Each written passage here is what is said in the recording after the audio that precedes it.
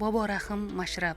Yaqinga qadar uni oshiq, devona, qalandar, isyonkor, avliyo kabi nomlar bilan atab kelindi. Uni tavsiflash uchun turkiy til lug'atidan istalgan so'zni ishlatish mumkin. Sufiy, o'ynoqi, dahriy, mazlumlar himoyachisi, qalandariya tariqati vakili va hokazo. O'zbek mumtoz adabiyotida o'ziga xos ijodiy uslub bilan nom qozongan betakror Darg'aning she'riyati samimiyligi va hayotiyligi bilan ajralib turadi. Mazkur ko'rsatuvda uning ijodiga kengroq to'xtalishni lozim topdik. Mashrab asli ismi Rahimbobo Mullavali o'g'li 1640-yil 22-mayda Namangan shahrida tavallud topgan. U din asoslari va falsafadan yaxshi xabardor bo'lgan. Ustozi Mulla Bozoroxund qo'lida tahsil olgan. Keyinchalik uning tavsiyasiga ko'ra Qashqarlik Ofoqxo'ja Eshon huzuriga yuboriladi. 1672-yilda pir va murid o'rtasidagi ziddiyatlardan so'ng shoir uning dargohini tark etadi. Shundan so'ng uning darbadarlikdagi hayoti boshlanadi. Uning birorta qishloqda bo'lgan vaqti izsiz ketmagan. Oddiy xalqning qashshoq hayoti,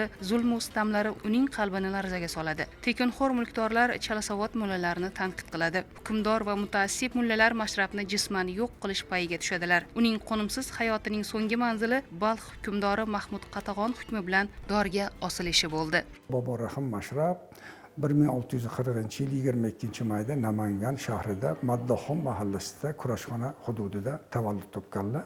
Na malakman, na farishta, men ham odam naslidan, men tavalludi o'shal farzandi Namangoniman deb o'zlari bizga hujjat qilib berib ketganlar. Biz Boborahim Mashrabni 300 yildan beri o'rgansak, O'rta Osiyoda, mana Yevropada 150 yildan beri o'rganishadi Boborahim Mashrabni hayoti va ijodi haqida. O'sha 1902-yilda ham kelib 4 oyga Boborahim Mashrab hayoti ijodini o'rganimizda Martin Hartman degan bir nemis olimi 4 oyga kelib 7 oy qolib ketishgan. Shuni bir qiziqibdi. Shu bizni Boborahim Mashrab asarlari bilan, g'azallari bilan o'z adabiyotlarini u ham bo'yitishgan. Hattoki Amerikada ham 1903-4-yillarda Boborahim Mashrab bilan qo'shig'i bilan aytiladigan bir musobaqa bo'lgan. Shunda Yuta shtatida Albert degan bir qo'shiqchi Boborahim Mashrab g'azallari bilan bir qo'shiq aytganda hamma sehrlanib qolgan ekan zalda. Kimni yozgan buni, kimni asari debdi. Shunda Turkistonlik Boborahim Mashrabni so'zlari deb butun o'sha saytlarda o'sha vaqtlarda bir ovoz bo'lib ketgan ekan. Demakki, Boborahim Mashrabni g'azallarida sehr bor. Kishini sehrlovchi, qalbini erituvchi kuch bor-da. Shuning uchun Fransiyada ham Boborahim Mashrab, Qissai Mashrabni tarjima qilib, Qissai Mashrab demagan ekan ular. Sehrli kitob, nur taratuvchi kitob deb tarjima qilgan ekan. Mashrabning she'riyati, hayoti va ijodi qoldirgan adabiy merosi haqida aniq ma'lumot beruvchi manba yo'q. Xalq orasida toshbosma va qo'lyozma shaklida tarqalgan Devonai Mashrab, Hazrati Shoh Mashrab nomli qissalarda uning hayotiga oid ma'lumotlar izchillikda bayon qilingan. Ularda ifodalangan rivoyat va sarguzashtlar, latifalar va to'qimalar bilan boyitilgan. Mashrab she'riyati shoir shaxsi hamda qismatini yorqin tarzda namoyon etishi bilan ham e'tiborga molik. Uning she'rlarida so'z, ohang, tasvir hech bir ijodkornikiga o'xshamaydigan tarzda yuksak maqomga ko'tarilgan. Gulshani bog'i dahraro bulbuli nag'magar o'zim, bir buti bebadal uchun oshiqi darbadar o'zim, kuyinga dam badam borib nafhavu zorlar qilib, shomu sahar fig'on etib, hofizu xush asar o'zim, olimu nuktadon manam, piri hidoyatxon manam, shuhrati she'r bobida mashrabi mo'tabar o'zim deb yozgan edi. Bashoratnamo bu fikrlar keyinchalik shoirning haqiqatiga aylandi.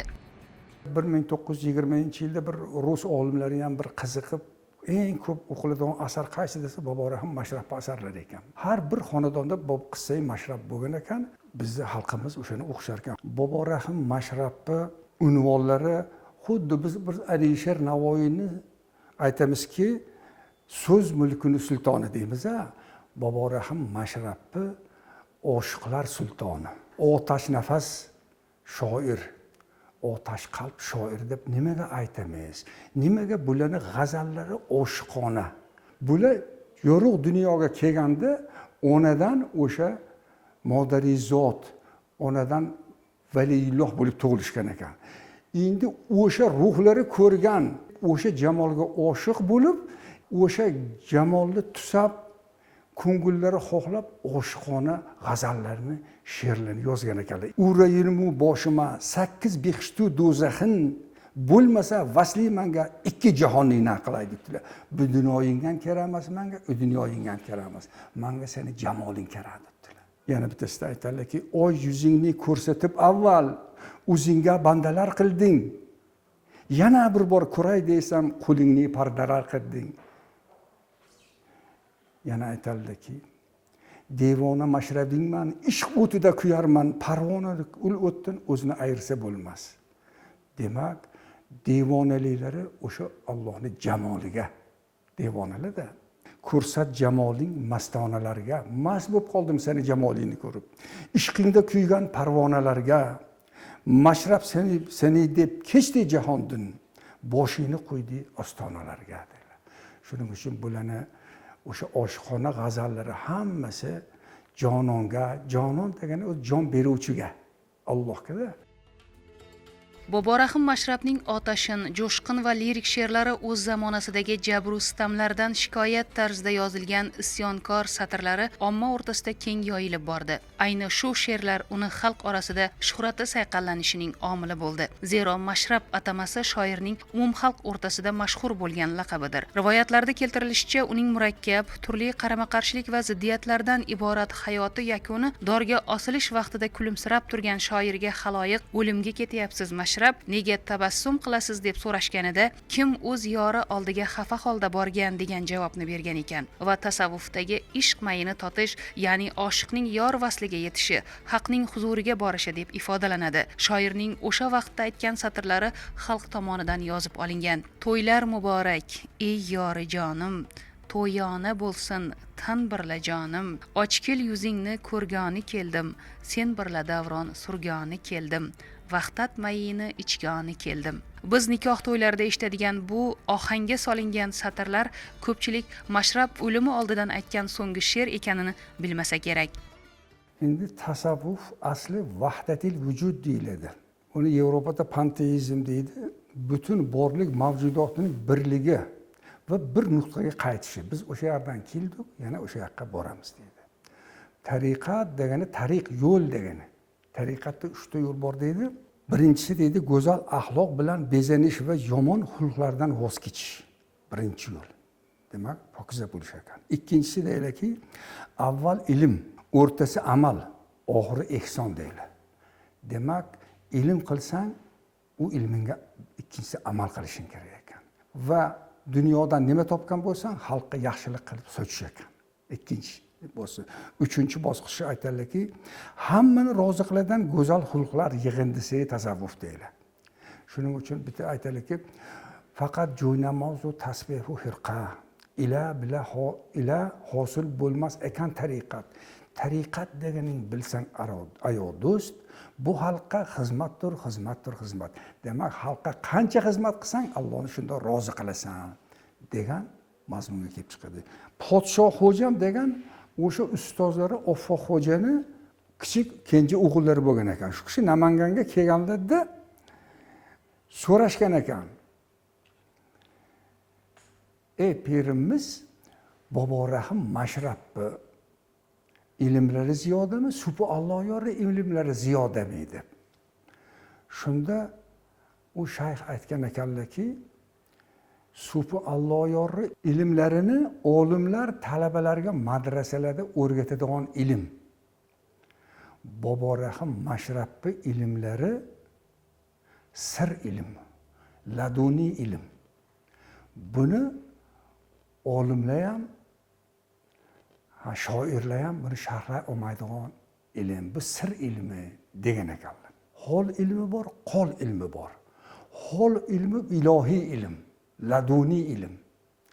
Qol ilmi kitobdan o'rganadigan va ustozlar o'rgatadigan ilm. Shuning uchun ko'p joyda Bobo Rahim Mashrabni odamlar ixlos qilib ko'p orqalardan yursa, inon nosozo so'zlarni aytib, o'zlaridan o'sha ixlosini qaytarish uchun har xil bir qiliqlarni qilgan ekanlar-da. Buni hamma tushunavermas ekan. Mashrab g'azallaridan birida tinmayin yurdim bug'am dashtida hayronlik bilan degan edi. Chindan ham u armon dashtidagi oshiq darveshdir. U hayronlikdan hayratga, hayratdan haqiqat va ma'rifatga intiladi. Mashrabning hayoti va shaxsiyati haqida aniq tasavvurga ega bo'lish uchun uning o'tli misralariga nazar tashlash kifoya. Bu dard ila xarob bo'ldim. Menga motam tutib yig'lar daru devor. Tilim lolu o'zim giryon. Dilim daryoyi nurdur. Musibat selining barbodi bo'ldim va hokazo. Darveshlik Mashrab uchun shohlikdan afzal. U chin ma'nodagi oshiq shoirdir. Tariqat halqasin tutgan, haqiqat shohini surgan, malomat ko'yida yurgan, muhabbat yo'lida kuygan oshiqlarning fikru kechinmalari ifodachisi edi u. Dunyoga kelib bilmay loyiga bota qoldim. Darmon yo'qidan zahru balosin yuta qoldim. Ko'rdim men oni dushmani ruhi tan ekandur, lo o'qi bilan ikki ko'zin ota qoldim, deya shoir hurlikni ulug'laydi. U ko'plab g'azallarida ma'rifatparvar odam ko'nglini tozalash uchun mehnat va mashaqqatlardan qochmasligini anglatmoqchi bo'ladi. Uning yoshlik yillarida olgan bilimlari, quvvay hofizasining balandligi o'sha vaqtdayoq ustozlarining e'tiborini tortgan edi. Mashrabshunos olimlar va tarixiy manbalarda yozilishicha, Mashrabning xalqqa yaqinligi yana bir sababi tilining sodda va ravonligi bo'lsa, ikkinchi jihati shoh Mashrab maqomiga erishsa ham kibru havodan yiroqligi bo'ldi. U xalq ichida elning dardi bilan yashadi. Mol dunyoga hirs qo'ymadi. Ibratli amallar kuyida bo'lish g'oyalarini ulug'ladi va umrbod ana shu e'tiqodlariga sodiq qoldi. Adabiyotda shundoq yo'llar bor ekanki, Farhod yo'li sahv yo'li ekan. U aql bilan sho'rlik, zukkolik, zakovat ustun turar ekan. Endi mana sukur degan yo'l bor ekan. Bu mastlik, devonalik yo'li ekanda, bu qalb bilan haligi o'rganiladigan ilm ekanda, buni haligi oddiy so'z bilan, boshqa bilan bu laduniy ilm ekan. Qalb bilan o'rganiladigan ilm, demak sukur. Demak, Boborahim Mashrab o'sha Majnun yo'lini, Mashrab yo'lini tanlagan, qalb bilan. Xo'p, ikkinchidan endi Boborahim Mashrab hikmatlari yoshlar qalbini, ruhiyatini, jamiyatni tartibga soladigan kuchi bor Boborahim Mashrab hikmatlarida. Shuning uchun Boborahim Mashrabni hikmatlarini kim o'qisa deylar, o'rgansa, qalbiga joylasa deylar, qalay bo'lsa kumushga aylanadi, mis bo'lsa oltinga aylanadi deylar. Har kishi deylar, dushmanga bo'lsa rag'bati, oxiri undan ko'rar ming ofati deylar. Xulqi yomon insonlar bilan yuradigan bo'lsa deylar, oxiri undan ming ofat keladi, yomonlardan qochgin deylar. Ikkinchidan aytadilarki, mardlarning ishlarini andisha qil. Ya'ni mardlarning yaxshilarni ishini kuzatib bor deylar, andisha qil, o'rgan. To tiriksan, yaxshi ishni pesha qil. Demak, tirik ekansanmi, sendan insonlar manfaat olsin, foydalansin. Ho qo'lidan, ho tilidan deylar. Ey Mashrabiy qalandar, yaxshiga banda bo'lg'ul, halvoyi tar bo'lmas, shakkar qo'shilmaguncha. Ey insonlar, ey yoshlar deylar, sen yaxshilar bilan ko'proq yuringlar deylar. Agar yaxshilikka qo'shilmasang, bu yo'quvchi narsa bo'ladi, insonni fe'li ham deylar. Yomonlarga qo'shilsan, yomonlik yo'qadi, yaxshilikka qo'shilsan, yaxshilik yo'qadi deylar. Sen alifdek rost bo'lsang, har davo bordir senga. Lom alifdek egri bo'lsang, hech davo yo'qdir senga. Uchrama ablahga haddidan oshar. Bermagil nodonga pand, jahli toshar. Agar nodonga nasihat qilsangiz, nasihatini o'zingga qil deb gap qaytarar ekan, nasihatingizni olmas ekan. Demak, kar bo'lsa sen unga nasihat qila olmaysan, ko'r bo'lsa haqiqatni ko'rsata olmaysan deylar. Shuning uchun Boborahim Mashrab oxirida aytadilarki, Mashrabo ko'p so'zlama, oqillara bir so'z yetar. Kar quloq bo'lsa bile ming so'zlama zoya ketar deylar. Mashrabning orifona g'azallarida quyidagi misralar bor. Sirri dilim izhor bo'lsa malakka, ulmoh bila shamsi munavvar chiday olmas. Ishq ahli agar nolayu faryod chiqarsa, masjid kuyar, voizu minbar chiday olmas. Bu satrlar Mashrabning shoir va shaxsiyatini, uning sarson sargardonlikda kechgan umriga chizgilar desak yanglishmagan bo'lamiz. Zero uning o'zi aytganidek, ma'rifat bozorining devonasi, ham haqiqat ishqining mayxonasi, oh urib ikki jahonni kuydirur, ishq elining ziynati sarmoyasi. Boborahim Mashrab tili va dili bir, o'zini haq yo'lidagi ezgu ishlarga bag'ishlagan otash nafas shoir. U dunyoyi dunning g'am tashvishlari tugamasligi, umrini ezgu amallar va xalqqa manfaat yetkazuvchi amallar bilan bezash lozimligini ta'kidlaydi. Uning o'tliq misralari ana shu fikrlarimizga dalildir. On qadar nurga to'lib men osmonga sig'madim. Toqi arshi kursiyu javhi jinonga sig'madim. Kimga soyam tushsa, u nuri yaqin bo'ldi u ham. Daftari ruhi quddusdirman, zabonga sig'madim. Mashrab o'z zamonasida sufizmning bir oqimi sanalgan qalandarlik maqsadida bo'lib, uning rasmiy islom vakillari bilan kelisha olmaganida yana bir karra oydinlashadi. Chunki ko'pchilik Mashrab va uning izdoshlarini og'ir zulmlarni boshdan kechirgan va juda qashshoqlashgan xalqning himoyachisi, zulmdan qutulish uchun xalqqa yordam beruvchilar sifatida hurmatlashgan. Ey ko'zimning shamiyu ham nuri didam ravshani, odamiy iymonga yetmay hech vaqt bo'lmas g'ani. Mardimozori qilib bo'lma xudoning dushmani, osmonga yetsa boshing qilma g'ir movumani. To otang rozi emas, tavban qabul bo'lmas seni deylar. Demak, ota ona farzandini ko'z qorachig'ida qilib asrab katta qiladi.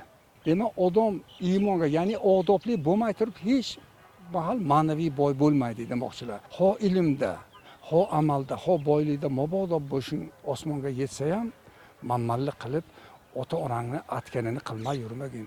Kecha kunduz agar Qur'on tilovat aylasang, shabni ro'z aylab mudom taqvoyi toat aylasang, shab degani kechasi bilan ibodat qilib chiqsang, misli xotamdagi xayr va saxovat aylasang, Ka'bayi maqsudni ming bor ziyorat aylasang, to otang rozi emas, tavban qabul bo'lmas seni.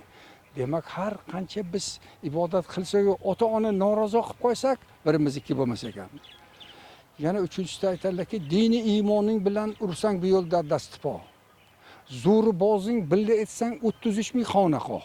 Kechasi kunduz ibodat qilsang, mol davlating bilan hozirgi tilda aytganda 33 ming maktab internet qurib bersang ham, osmondan tushsa Iso qilsa haqqingga duo. Piri murshiding Xizri zamon bo'lsa bo'lolmas rahnamo. To odam rozi emas, tavban qabul bo'lmas seni. O'z zamonasini Xizri bo'lsa ham seni ustozlaring ta'lim berayotgan. Bo'lolmas rahnamo. To otang rozi emas, tavban qabul bo'lmas seni. Boborahim Mashrab ijodining g'oyaviy falsafiy axloqiy zamini tasavvuf. Bu ruh tarbiyasi, tasavvur go'zalligi. Ba'zi davrlarda Mashrabning asl qiyofasi she'riyatga ayricha talqin etilgan davrlar ham bo'ldi. Bu shoirning hayoti va ijodiga nisbatan soxta talqinlar yuzaga kelishiga ham sabab bo'ldi. Mashrab ijodida bir-biriga qarama-qarshi ziddiyatli motivlar ham yo'q emas. Dunyoviy muhabbatga mansub tasvirlarga urg'u berilishi ayrim hollarda uning ijodini bir yoqlama va yuzaki o'rganilgan jihatlar borligini ham ko'rsatdi. Bag'ri rahmatga kirib qildim vujudimni adam, ma'rifat bexabarsan, gavharimni kavlama dedi u dinni niqob qilgan chala mullalarga qarata. Mashrab she'rlari O'rta Osiyo va boshqa xalqlar orasida ham ijtimoiy ahamiyati bilan qimmatli bo'lib, mutaassiblikka, turli aqidalarga qarshi kurashning bayrog'i bo'lib keldi. Adabiyot ahllari uchun muammoli bo'lib kelgan jihatlardan biri uni dahriy deb tadqiq qilinsa, tasavvufga oid she'rlaridagi mantiq qayerga yo'qoladi degan savol tug'iladi. Diniy shoir deb talqin qilinsa, ulug' shoirning yirik ijodiy merosi xazinasidan voz kechilgan bo'ladi. Xullas, Mashrab ijodi keskin ziddiyatli qarashlarga boyligi bilan ham o'ziga xosdir.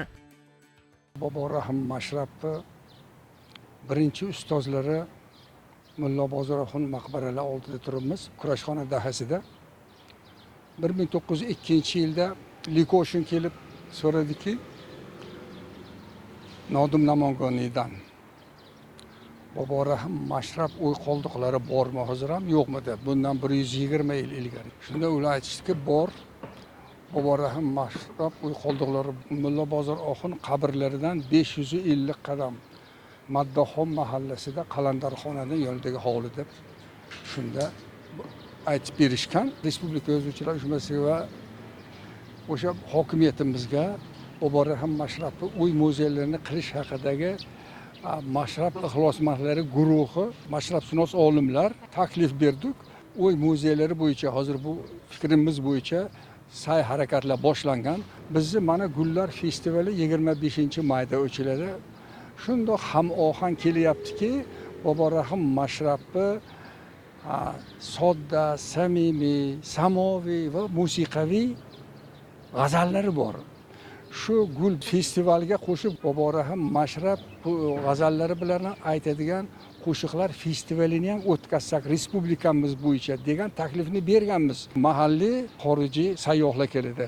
Bular albatta Mashrab qo'shiqlarini eshitib, buni jozibasidan, sehridan bir bahramand bo'lib ketishlariga biz Namangan xalqi mezbonlik qilamiz. Men nola qilay shomu sahar dod eshigingda. Sensan sevarim xohinonma, nogahon ko'rib mavhi jamoling bo'la qoldim. Ko'rdim yuzingni devona bo'ldim, tushdi savdoyi muhabbat boshima.